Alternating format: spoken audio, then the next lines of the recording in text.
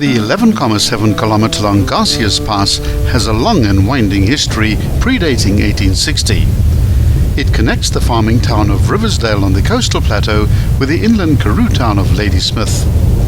The effective combination of Garcia's Pass and its sister pass, the Trado Pass, did much to extend trade into the interior during the pioneering days of the 1820 settlers. The gradients on this pass are mostly quite gentle, with the upper section being almost level. The steepest parts are along the southern descent, starting at the 4.5 kilometer point, where the gradients do get as steep as 1 in 10. With an altitude variance of just under 400 meters, this is a substantial pass and offers exceptional scenery on a safe and well-engineered road. Several attractive laybys have been constructed for safe viewing. The pass is at its best in spring, when the fynbos is full of flowers and the mountain slopes are clad in green with numerous waterfalls on display. 1 kilometer after passing through the initial cleft in the mountains, you'll find the old toll house on the left, which has recently been restored and declared a national monument. The access point is quite awkward and appears suddenly on a sharp corner. If there's traffic behind you, you should indicate your intentions early to avoid a rear-end collision. Stop here and fly back in time to 1877. At that time, toll fees were set at 1 penny per wheel. Maurice Garcia was an 1820 settler of Jewish-Portuguese extract and was the first magistrate and divisional commissioner of Riversdale. Landdrosts, translated from Dutch as land steward, were much more than mere enforcers of the law. They were also responsible for the general running of the town or district, taking on strong leadership roles. Maurice Garcia was no exception.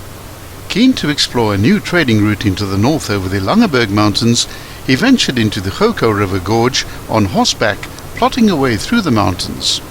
By 1860, with the help of a small band of convicts, he'd built a bridle path through the mountains for travellers on horseback. When the demand for a road that could handle wagon traffic was later approved by Parliament, Thomas Paine was put in charge of building the pass in 1872.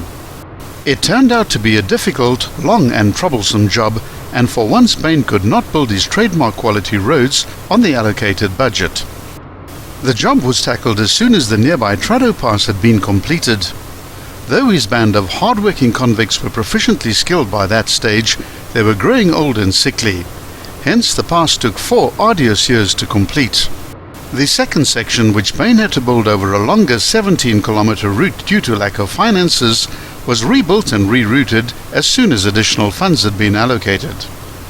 The original budget was set at £3,000 sterling. Paine was hard-pressed for time and resources at the time, what with simultaneously building 2 other passes, namely the Kochmanskloof Pass near Montague and the Pakhuis Pass near Clanwilliam. Bear in mind that at that time all travel was done on horseback.